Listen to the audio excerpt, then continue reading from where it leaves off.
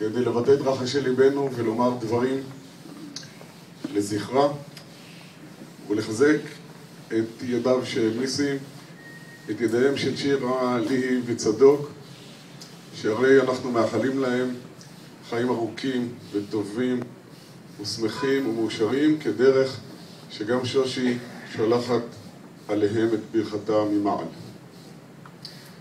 אנחנו נפתח את המעמד בביוט ישקף אלוהים.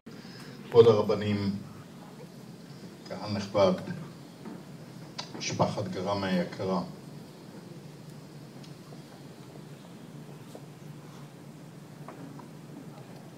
זה נכון, הייתי שר ביטחון, אבל זה גם נכון שהייתי 30 שנה בצבא, וב-30 שנות חיי בצבא לא מעט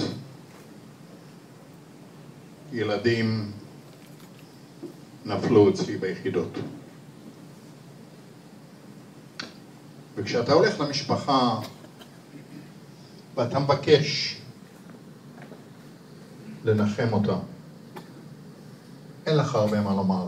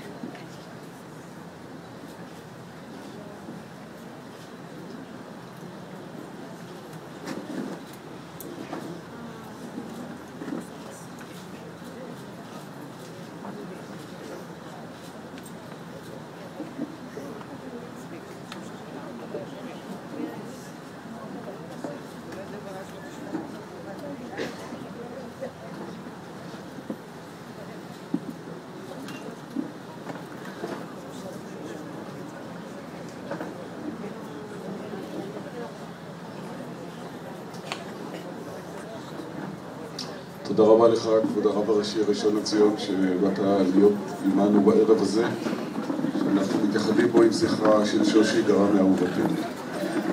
כרגע אנחנו בעיצומם של דברי רב העיר, כבוד הרב עזריה בסיס. ברשות כבוד מורנו ורבנו הראשון לציון, הגאון רבי שלמה עמאר שליט"א, התחלתי לומר את דברי המדרש רבה שאברהם אבינו התקין